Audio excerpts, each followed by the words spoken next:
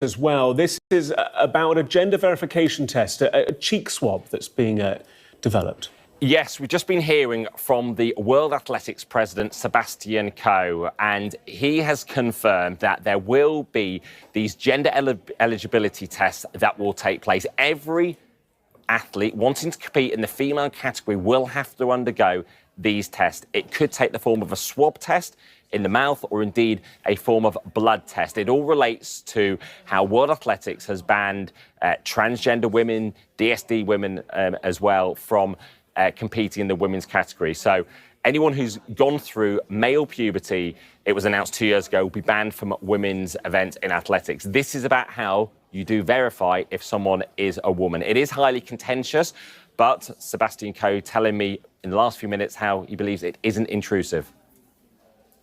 It's important to do it because it maintains everything that we've been talking about, and particularly recently, about not just talking about the integrity of female women's sport, but actually guaranteeing it.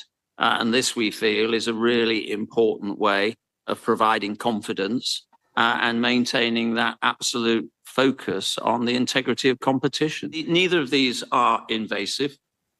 They are necessary. And they will be done to absolutely international medical standards. And I'm told that once an athlete has the test, then they don't need to undergo an additional test. This comes as Donald Trump, head of the Los Angeles Olympics in 2028, has signed that executive order banning transgender women from women's sport, calling for the Olympic authorities as well to ensure there aren't any transgender women or perhaps women who've gone, who have differences in sex development from competing in those women's events in LA.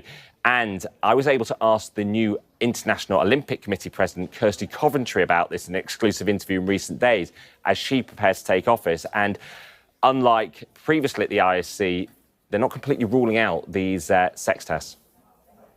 This is a conversation that's happened, and the international federations have taken a far greater lead in this conversation. What I was proposing is to bring a group together with the international federations and really understand each sport is slightly different. We know in equestrian, sex is really not an issue, but in other sports it is. So what I'd like to do again is bring the international federations together and sit down and try and come up with a collective way forward for all of us to move. There used to be certificates of femininity, as they were known. They were introduced at the 1968 Mexico Olympics. They were dropped ahead of the Sydney 2000 Games. And now athletics has taken